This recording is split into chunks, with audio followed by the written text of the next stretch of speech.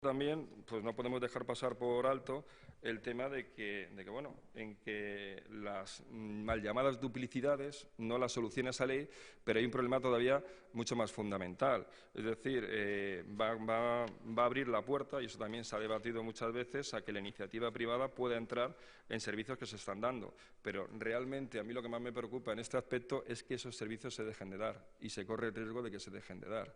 Es decir, cuando tú no permites a una administración que podía dar ese servicio, es cierto, haciendo un esfuerzo, como está intentando, como todos, deje de darlo, las posibilidades de que dependa de una siguiente administración y esa administración no tiene la capacidad presupuestaria suficiente, pues bueno, pues corre un riesgo, digamos, pues todos los ciudadanos de ese municipio. Y por eso ha habido muchísimos alcaldes del Partido Popular que realmente no estaban a favor, digamos, de la ley tal cual se ha aprobado. Es decir, porque aunque cualquier ley tiene aspectos positivos, realmente este aspecto que tenía de condicionante de los que son las políticas sociales, las políticas de vivienda, pues realmente, bueno, y de educación, pues bueno, pues ha dejado un poco, digamos, en suspenso qué va a pasar de aquí a 2 años con los temas sociales y de aquí a 5 años con los temas de vivienda y educación.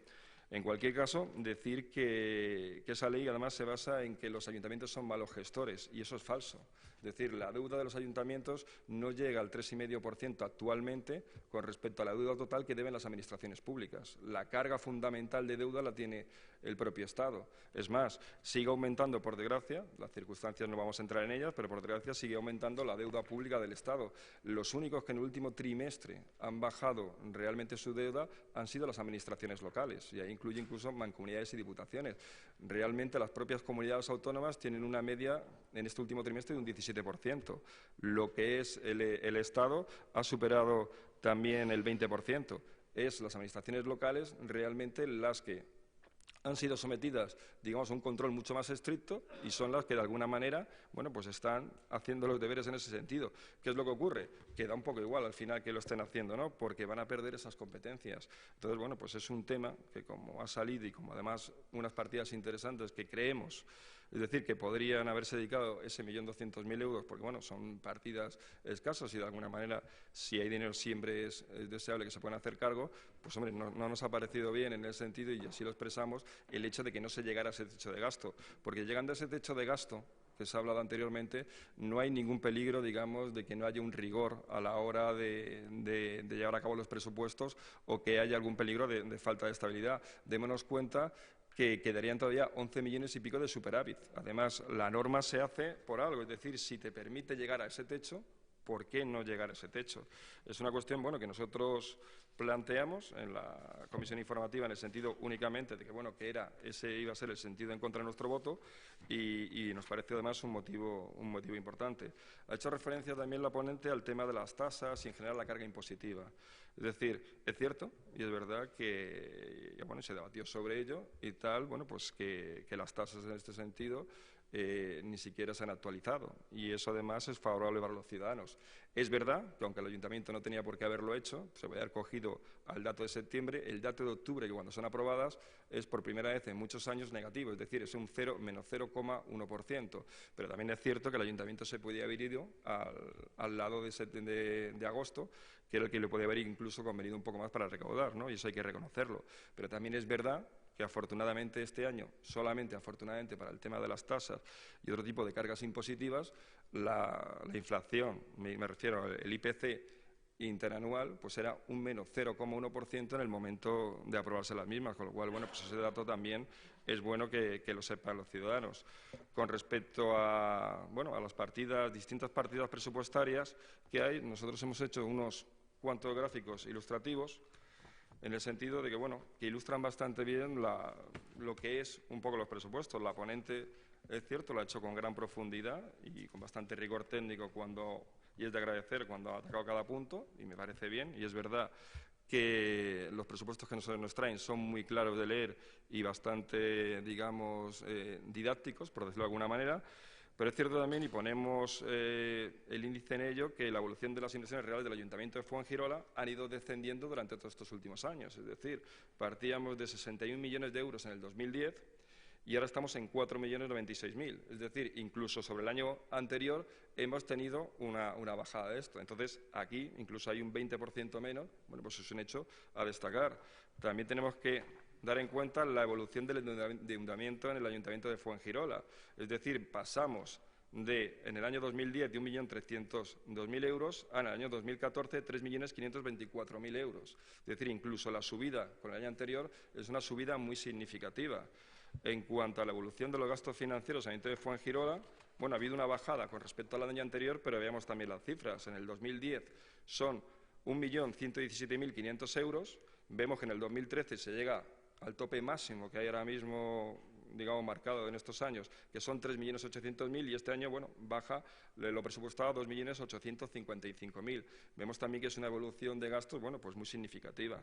En esto también nosotros queremos hacer una referencia, es decir, el hecho de los gastos financieros realmente y los gastos del endeudamiento, no solamente esto. Si tenemos en cuenta que el superávit, estamos obligados por ley, finalmente, esos 12 millones y pico que están presupuestados, a destinarlo, luego veremos qué cantidad resultante es la final, a destinarlo también al pago de la deuda, veremos también que lo que es el pago de la deuda ahora mismo, es decir, a fecha de hoy, constituye una parte, digamos, que lastra mucho a este ayuntamiento, y eso pues, también hay que decirlo.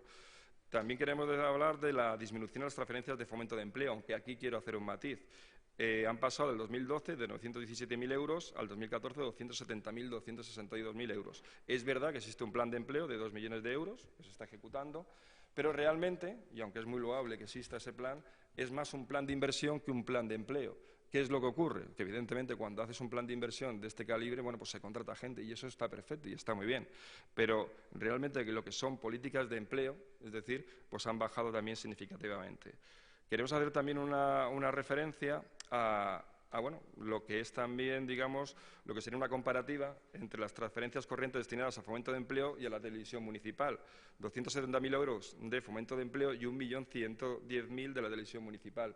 Aquí yo lo que quiero decir, sobre todo con la televisión municipal, que el problema no es tanto el coste de la misma, que sí, que puede serlo, porque es una cantidad elevada, sino sobre todo el tema de que solo sea posible, es decir, que se financie ella misma con un 10%. Es decir, el mayor problema que tiene la televisión pública aquí en Fuengirola no es tanto el gasto de esa televisión, que es verdad que es un gasto elevado, pero es sobre todo el que sea tan escaso el nivel de retorno que tiene la propia televisión, es decir, que solo sea capaz de sacar un 10%. Es verdad que ahora mismo pues, las circunstancias del mercado son muy complicadas, pero sí creemos que en el tema de recaudación de la propia televisión, teniendo unas instalaciones como tiene la FTV, que son absolutamente modernas, teniendo unos profesionales que además yo no tengo ninguna duda porque no tengo por qué tenerla, pero no tengo ninguna duda en la calificación y en la cualificación de ellos.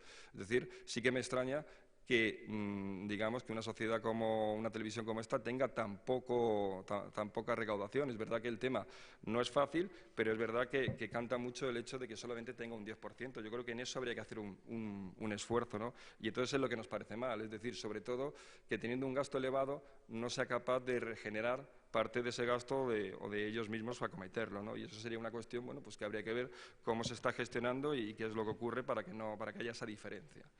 Respecto a la disminución del gasto corriente para cultura, bueno, se ha comentado, es verdad que hay otras partidas que lo suplen. En este caso, yo me imagino que la partida que va para festejos y tal, de alguna forma incide en los gastos de cultura, pero lo que ya no es un gasto directo, es decir, porque es un gasto distinto.